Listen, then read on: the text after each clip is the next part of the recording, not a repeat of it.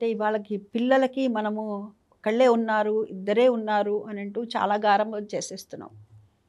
అంటే పక్కింటికి వెళితే, ఎదురింటికి వెళితే కూడా వాళ్ళకి ఏమైపోతుందని ఒక భయంలో అభద్రతతో ఉన్నాం మనం.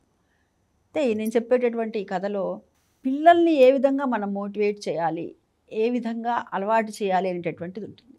ఒక ఊర్లో గోవిందుడు అనేటటువంటి పిల్లవాడున్నాడు. సరే వాళ్ళ నాన్న పేరు రామయ్య. వారు ఆ పిల్లవాడు మరీ అంత చిన్న పిల్లవాడు కాదు, మరీ అంత పెద్ద పిల్లవాడు కాదు, కొంచెం ఊహ తెలిసినటువంటి వాడు. సరే ఈ గోవిందుడు తండ్రి ఏం చేస్తాడంటే గోవిందుడితో ఈ పిల్లవాడితో, నాయనా గోవిందా, పక్క ఊరిలో నా స్నేహితుడి దగ్గర ఒక మూట ఉంటుంది, ఆ మూట ఇస్తాడు, చిన్న సంచి మూట లాంటిది.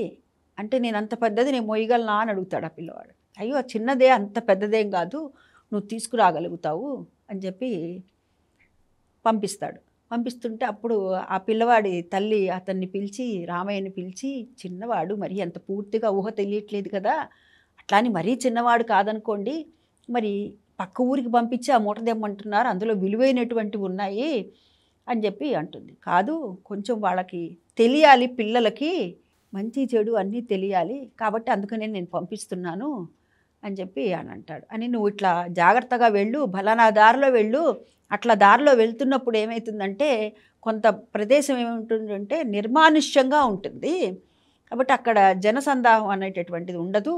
కాబట్టి నువ్వు కాసేపు అక్కడ ఆ పరిస్థితులంతా కూడా చూసుకో, నువ్వు చూసుకొని, దారి దోపిడి దొంగలు అందరూ కూడా ఉంటారు నాన్న, కాబట్టి చూసుకొని నువ్వు రా అని చెప్పి చెప్తాడు. సరే అలాగే అని అంటారు. సరే మొత్తానికి ఆ తల్లి తండ్రి చెప్పిన మాట మీదట వెళ్తాడనమాట.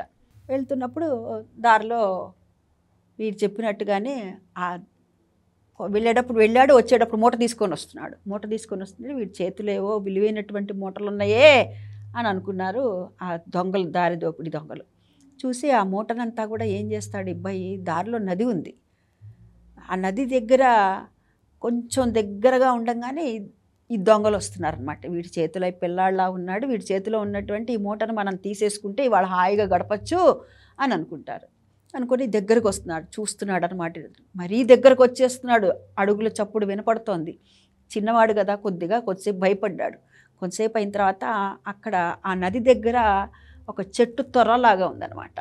తొర్రలాగా ఉంటే తన చేతిలో ఉన్నటువంటి మూటనంతా కూడా ఏం చేశాడంటే ఆ తొర్రలోకి విసిరేస్తాడనమాట.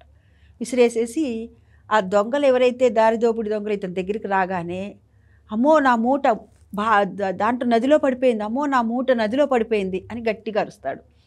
అడిచేసరికి వాళ్ళు ఏమనుకున్నారు, మూట కావాలి కదా మనకి, ఈ మూట దీంట్లో ఉందని చెప్తున్నాడు ఈ నదిలో, కాబట్టి ఈ నదిలో మనం దూకామనుకో అప్పుడు ఆ మూట తీసుకోవచ్చు అని చెప్పి ఈ అబ్బాయిని కూడా మనం ఏం చేయక్కర్లేదు అని అనుకుంటూ ఆ నదిలో దూకుతారు ఆ దొంగలు. ఈ అబ్బాయి ఏం చేశాడు, తెలివితేటలను ఉపయోగించాడు కదా, సమయస్ఫూర్తితో ఈ అబ్బాయి ఏం చేశాడు, అక్కడ ఉన్నటువంటి చెట్టు త్వరలో విసిరేశాడు కదా. ఎప్పుడైతే ఆ దొంగలు ఆ నదిలోకి దూకారో అప్పుడు ఈ అబ్బాయి త్వరలో వేసినటువంటి ఆ మూట ఏదైతే ఉందో ఆ మూటను తీసుకొని ఇంటికి వెళ్ళిపోయాడు. ఇంటికి వెళ్ళిపోయి తల్లి తండ్రికి చెప్పాడనమాట, ఇది జరిగింది, మీరు చెప్పినట్లుగానే దారి దొంగలు దారిలో ఇబ్బంది పెట్టారు, ఇబ్బంది పెడితే నేను ఈ విధంగా చేశాను అంటే ఇతనికి ఉన్నటువంటి సమయస్ఫూర్తి ఏదైతే ఉందో దాన్ని మెచ్చుకున్నారు తల్లిదండ్రులు. ఎప్పుడూ కూడా ఈ విధంగానే చక్కగా అన్ని వేళలా కూడా సమయస్ఫూర్తిని ప్రదర్శిస్తూ ఉండు అని. అంటే మనం భయపట్టి పిల్లలకి ఏది చెప్పకపోతే మరి ఇలాంటి పరిస్థితి వస్తేనే కదా వాళ్ళు ఎలా ఎదుర్కోవాలి అనేటటువంటిది తెలిసేది. కాబట్టి పిల్లలకి కొన్ని మనం నేర్పాలి.